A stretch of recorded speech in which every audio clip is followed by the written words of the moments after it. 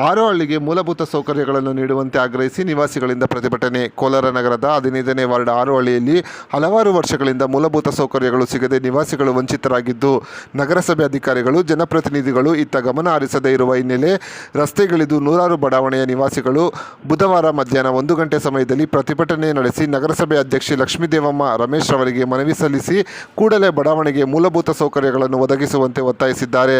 15ನೇ ward Harohalli ನಿವಾಸಿಗಳು ತಪ್ಪದೆ ತೆರಿಗೆಯನ್ನು ಕಟ್ಟುತ್ತಿದ್ದು, ನಮಗೆ ಸಿಗಬೇಕಾದ ಮೂಲಭೂತ ಸೌಲಭ್ಯಗಳು ಸಿಗುತ್ತಿಲ್ಲ ಎಂದು ಬಡಾವಣೆಯ ನಿವಾಸಿಗಳು ಆಕ್ರೋಶ ವ್ಯಕ್ತಪಡಿಸಿದ್ದಾರೆ. ನೀರು, ಚರಂಡಿ, ಸ್ವಚ್ಛತೆ, ಯುಜಿಡಿ ಹಾಗೂ ಬೀದಿ ದೀಪಗಳ ವ್ಯವಸ್ಥೆಯ ಬಗ್ಗೆ ಹಲವಾರು ಮನವಿಯನ್ನು ನಗರಸಭೆಗೆ ನೀಡಲಾಗಿದೆ. ಆದರೆ ಇದರ ಬಗ್ಗೆ ಅಧಿಕಾರಿಗಳು ಹಾಗೂ ಜನಪ್ರತಿನಿಧಿಗಳು ತಲೆ ಕೆಡಿಸಿಕೊಳ್ಳುತ್ತಿಲ್ಲ. ಇದೇ ರೀತಿ ಅವರ ನಡೆ ಮುಂದುವರೆದರೆ ಜಿಲ್ಲಾಧಿಕಾರಿಗಳ ಕಚೇರಿ ಮುಂದೆ ಬೃಹತ್ ಪ್ರತಿಭಟನೆ ನಡೆಸಲಾಗುವುದು ಎಂದು ಎಚ್ಚರಿಕೆ ನೀಡಿದ್ದಾರೆ. ಸರ್ ಎಲ್ಲ ಬ್ಲಾಕ್ ಆಗ್ಬಿಟ್ಟೈತೆ. ಪೈಪ್ಗಳು ರೆಡಿ ಮಾಡ್ರಿ ಅಂದ್ರೆ ಮಾಡ್ತಾ ಇಲ್ಲ, ನೀರು ಬರ್ತಾ ಇಲ್ಲ, ಮೋರಿಗಳು ಮಾಡ್ತಾ ಇಲ್ಲ, ಕಸಗಳೆತ್ತಾ ಇಲ್ಲ, ಏನೂ ಮಾಡ್ತಾ ಇಲ್ಲ ಸರ್. ರೋಡಲ್ಲಿ ಈಜಿಡಿ ತುಂಬೋಗ್ಬಿಟ್ಟು ಮೋರಿಯಲ್ಲಿ ಬರ್ತೈತೆ. ಎಷ್ಟು ವರ್ಷದಿಂದ ಸಮಸ್ಯೆ ಸಾರಿ 6 ತಿಂಗಳಿಂದ ಅದೇ ಸಮಸ್ಯೆ. ಯಾರು ಕಿವಿಗೆ ಹಾಕೊಂತ ಇಲ್ಲ. ನೀವು ಯಾರಿಗಾದ್ರೂ ಹೇಳಿದ್ರಾ? ಎಲ್ಲರೂ ಕೌನ್ಸಿಲರ್ ಬಂದು ನೋಡ್ಕೊಂಡು ಹೋಗ್ತಾ ಇರ್ತಾರೆ. ವರ್ಷ 1 ತಿಂಗಳಿಗೆ ಒಂದ್ಸರಿ ಗಾಡಿ ಕಳಿಸ್ತಾರೆ ಅಷ್ಟೇ. ಅದು ಬಂದು ಕ್ಲೀನ್ ಮಾಡಿದ್ರೆ ಮೋರಿಯಲ್ಲೇ ಹೋಗ್ತಾ ಇರ್ತೈತೆ ಸರ್.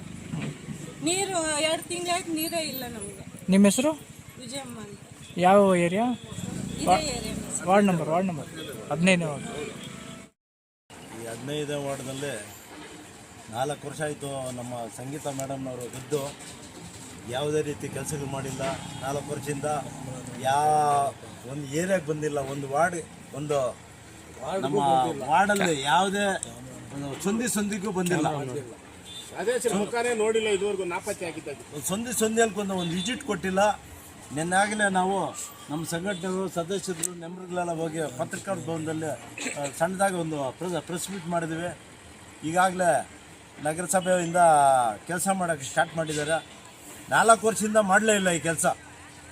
4 ವರ್ಷದಿಂದ ಡ್ರೈನೇಜ್ಗಳು ತುಂಬಿ ನೀರು ಹರಿಯುತ್ತಾ ಇಲ್ಲ, ಆ ಕಡೆ ಈ ಕಡೆ ಹೋಗ್ತಾ ಇಲ್ಲ, ಜನಗಳಿಗೆ ತೊಂದರೆ. ನಾಮಕಾವಸ್ಥೆ ಕೆಲಸ ಈ ಥರ ಮಾಡ್ತಾ ಇದ್ದಾರೆ.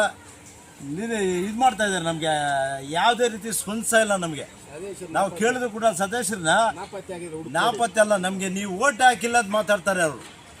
ನಾವು ಏನಮ್ಮ ನೀರಿಲ್ಲ ಅಂತ ಕೇಳಿದ್ರಗ ನೀವು ಓಟ್ ಹಾಕಿಲ್ಲ ಅಂತ ಕೇಳ್ತಾರೆ.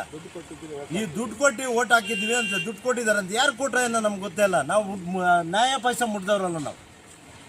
ಈ ಥರ ಮಾತಾಡ್ತಾರೆ ನಮ್ಮ ನಗರಸಭೆ ಕೌನ್ಸಿಲರ್ ಅವರು ಗಂಡ ಜಗದೀಶನ್ ಅವರು.